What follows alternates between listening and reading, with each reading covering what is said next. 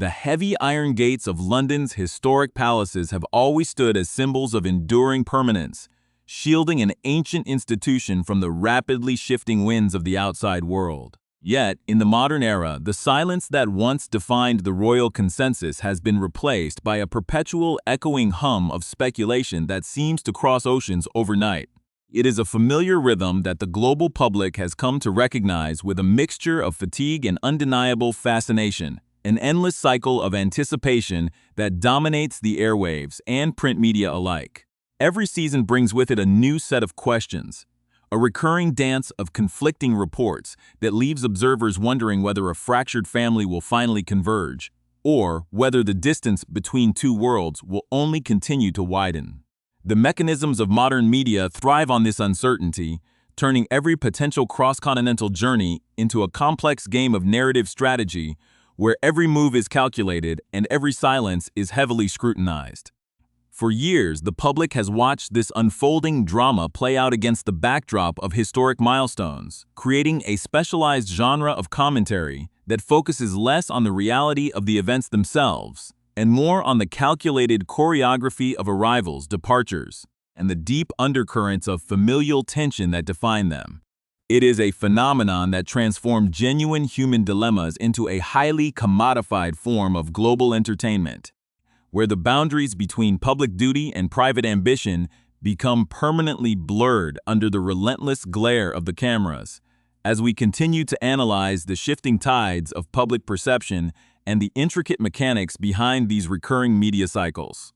we invite you to become a permanent part of our community by subscribing to this channel, ensuring you never miss an in-depth breakdown of the unfolding stories that shape our cultural landscape. To understand the current atmosphere of intense curiosity, one must look back at the moments that set this grand pattern in motion, observing how major national gatherings have repeatedly been transformed into high-stakes stages for public relations. We remember the quiet, simmering tension that preceded major historic gatherings, such as the solemn celebrations of long-reign milestones or the profound grief of national farewells, where the focus of the entire world was systematically split between the dignified continuity of ancient traditions and the highly anticipated appearances of those who chose to chart a different path. It is a pattern that repeats with an almost mechanical predictability, establishing a framework where the simple act of attending a family gathering becomes a matter of international debate and strategic media placement. This recurring phenomenon has created a unique kind of public weariness, a sense that the collective attention is being directed not by happenstance, but by a sophisticated apparatus designed to maintain relevance through the deliberate generation of ambiguity and suspense. The theater of modern celebrity, when fused with the unyielding expectations of royal heritage, creates a peculiar vacuum where truth is often secondary to the perception of truth. In this space, the public is treated to an ongoing spectacle where information is rationed with surgical precision, offering just enough detail to spark a frenzy of discussion while keeping the definitive reality safely out of reach. We see this manifested in the deliberate choices regarding visibility, where the world is allowed only fleeting, highly controlled glimpses behind the curtain, leaving the rest to be filled in by an eager and deeply divided audience. This meticulous management of imagery serves a dual purpose,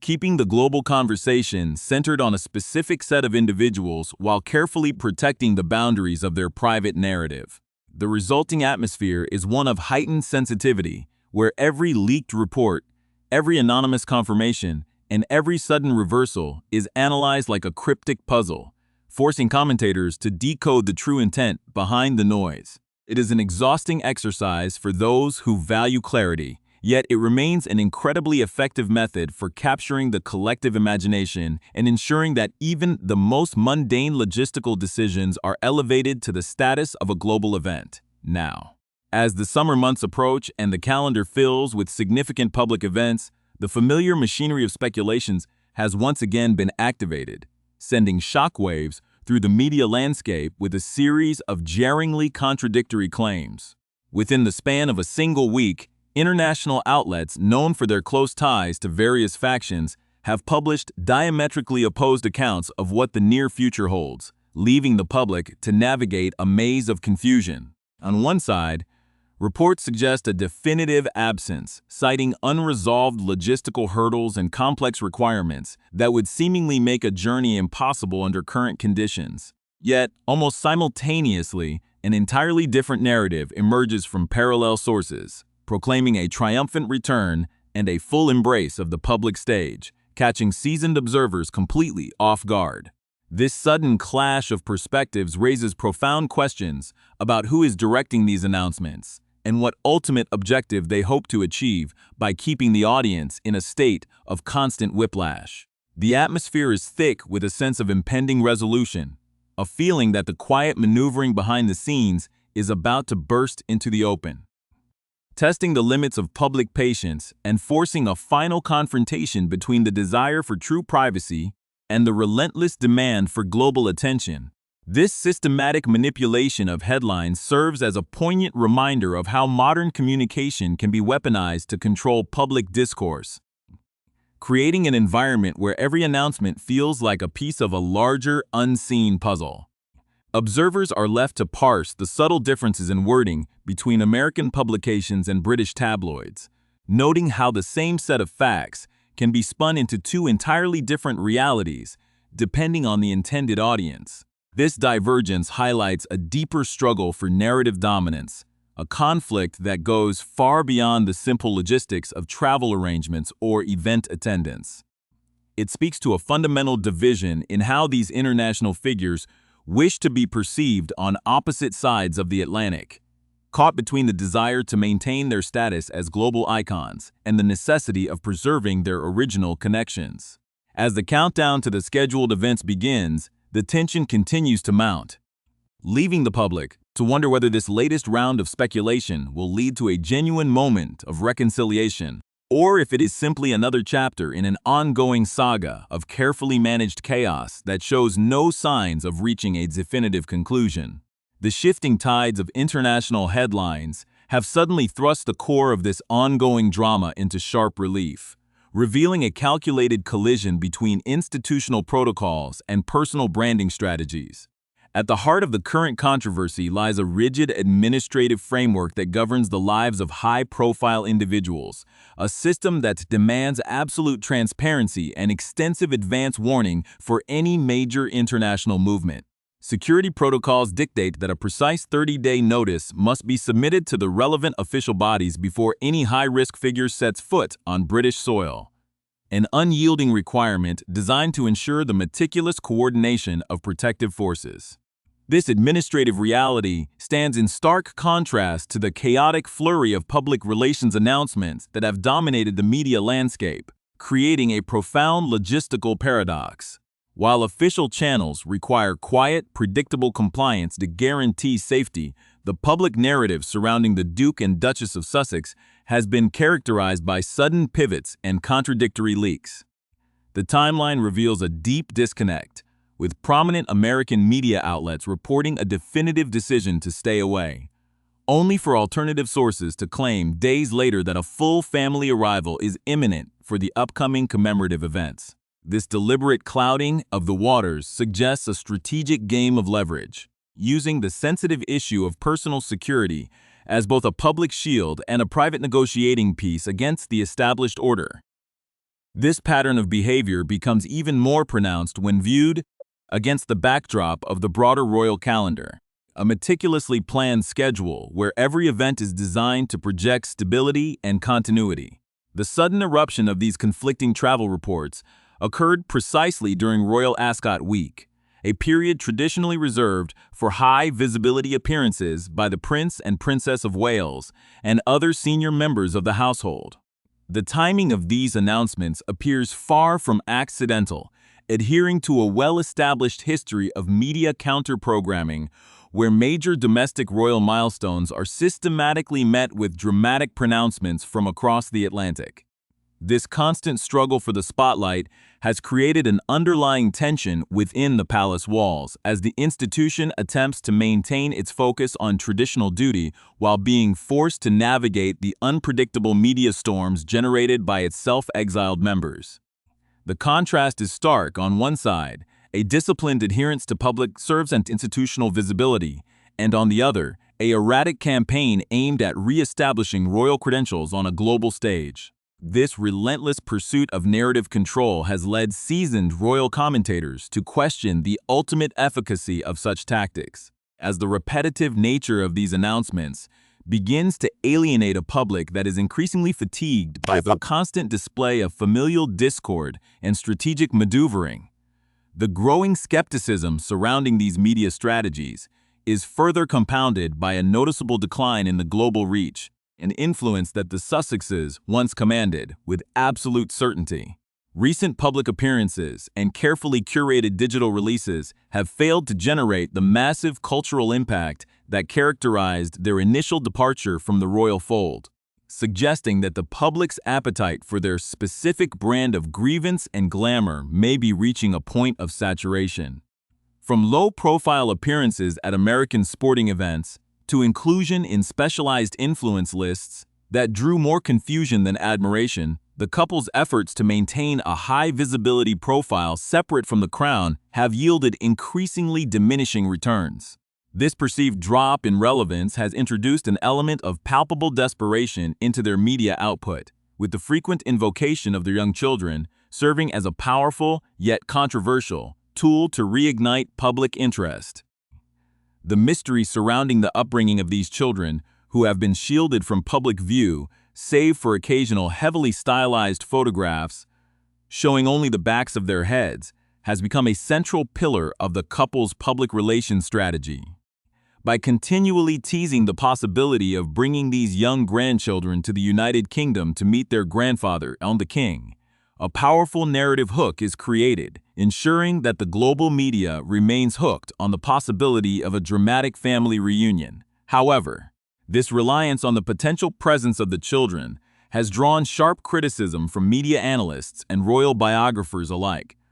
who view the tactic as an uncomfortable commodification of private family relationships. To announce a grand domestic visit with young children, while simultaneously demanding absolute privacy and threatening media boycotts, creates an irreconcilable contradiction that many find deeply hypocritical. The consensus among objective observers is that if a genuine desire for a private family reconciliation existed,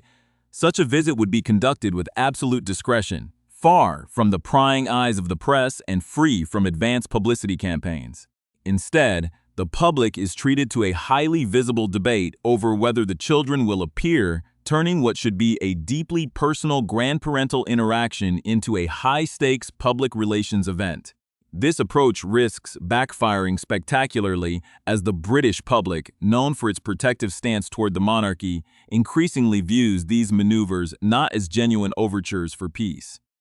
but as cynical attempts to bolster a fading commercial brand by relinking it to the prestige of the ancient institution they so publicly abandoned. As the dates for the upcoming events draw closer, the pressure on the Sussexes to deliver on their media promises is mounting to unprecedented levels. The upcoming gathering is widely viewed as a critical litmus test for their standing within the United Kingdom, an environment that has grown increasingly hostile to their public narrative over the past several years. Rumors persist that the Duchess of Sussex faces the very real prospect of a frosty, if not outright vocal, rejection from the public should she choose to appear at high-profile events outside the secure confines of the official venues. This potential for public backlash has created an intense divide within their own camp, with advisors reportedly split on whether to risk a public appearance that could permanently damage their remaining credibility or to retreat behind the excuse of logistical and security complications. The resulting atmosphere is one of intense anticipation, as the world waits to see whether the couple will finally step out onto the public stage to face the collective judgment of a nation, or if they will once again retreat to the safety of their Californian enclave, leaving behind another trail of unfulfilled promises and unresolved questions. The true weight of this impending visit cannot be measured solely by the headlines it generates, but rather by the profound institutional and personal histories that underwrite every single interaction.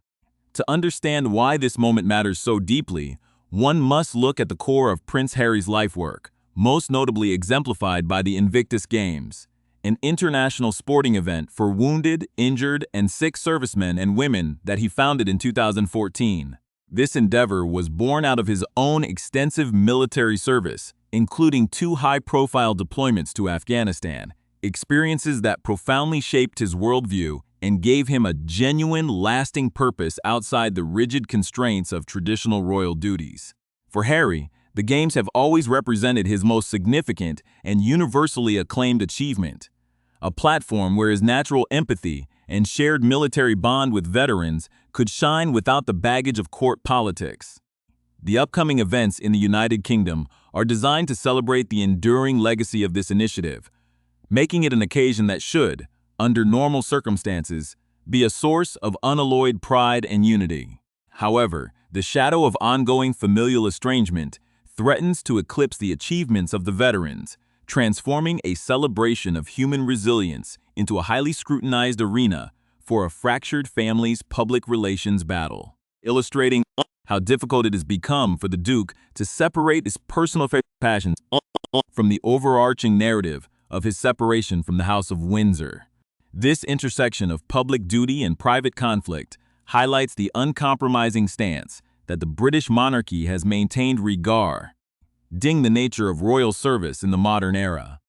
The institution, under the long reign of the late Queen and continuing firmly into the present administration of King Charles III, has repeatedly rejected the concept of a hybrid royal status, a half-in, half-out arrangement where individuals could enjoy the global prestige and privileges of the crown while pursuing independent commercial ventures abroad. Palace officials have long recognized that allowing such a precedent would fundamentally compromise the integrity of the monarchy, making it appear needy and susceptible to external commercial exploitation.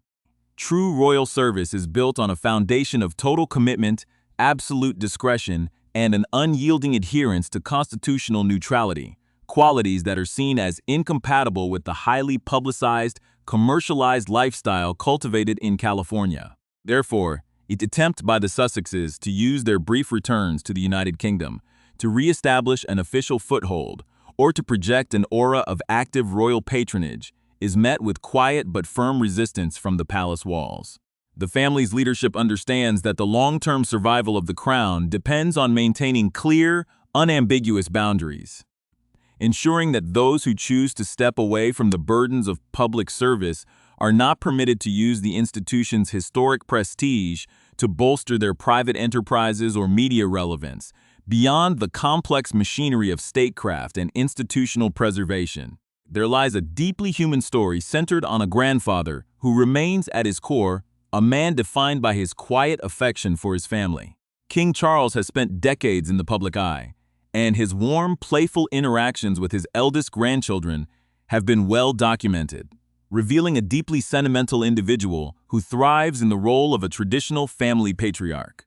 The profound tragedy of the current geographic and emotional distance is that it deprives the monarch of the opportunity to develop a meaningful, regular relationship with his youngest grandchildren, Archie and Lilibet,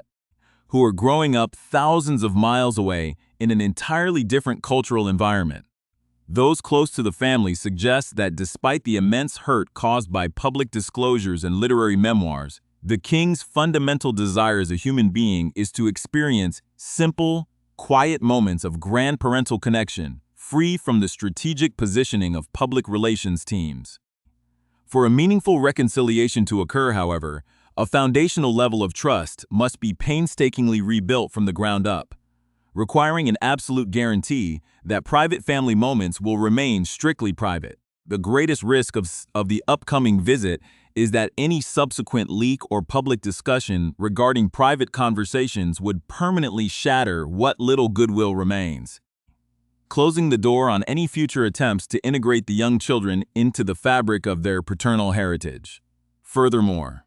the palace's caution is deeply rooted in a pattern of behavior that raises serious concerns about the long-term consequences of the Sussexes' commercial and social associations. Over the past several years, the couple has frequently aligned themselves with various global brands, public figures, and digital campaigns without the rigorous, exhaustive due diligence that traditionally protects members of the royal family from reputational damage. In an interconnected world where social media accounts are heavily scrutinized, even an accidental or poorly vetted association with controversial individuals can create immediate international incidents, forcing the palace to expend significant diplomatic and public relations energy to distance the crown from the fallout. The strict protocols of royal life exist precisely to prevent the sovereign from being compromised by the actions of extended family members, a safeguard that the Sussexes effectively abandoned when they chose to pursue an independent path. Consequently, the institution must remain hyper-vigilant, ensuring that no official recognition or tacit approval is given to actions that could inadvertently jeopardize the credibility and authority of the monarchy on the world stage, making a full reconciliation a matter of national security as much as personal forgiveness. As the final preparations for the summer events are completed, the entire saga approaches a critical turning point that will likely define the trajectory of these relationships for the next decade. The Duke and Duchess of Sussex find themselves at a profound crossroads where the short-term benefits of media attention must be weighed against the long-term value of familial connection and institutional respect. If they choose to approach this visit with genuine humility, keeping their movements quiet, protecting their children from the media glare, and focusing entirely on the charitable endeavors that originally defined their public lives, they may find a slow, arduous path toward healing open before them. If, however, this trip is utilized as merely another chapter in an ongoing campaign for narrative dominance,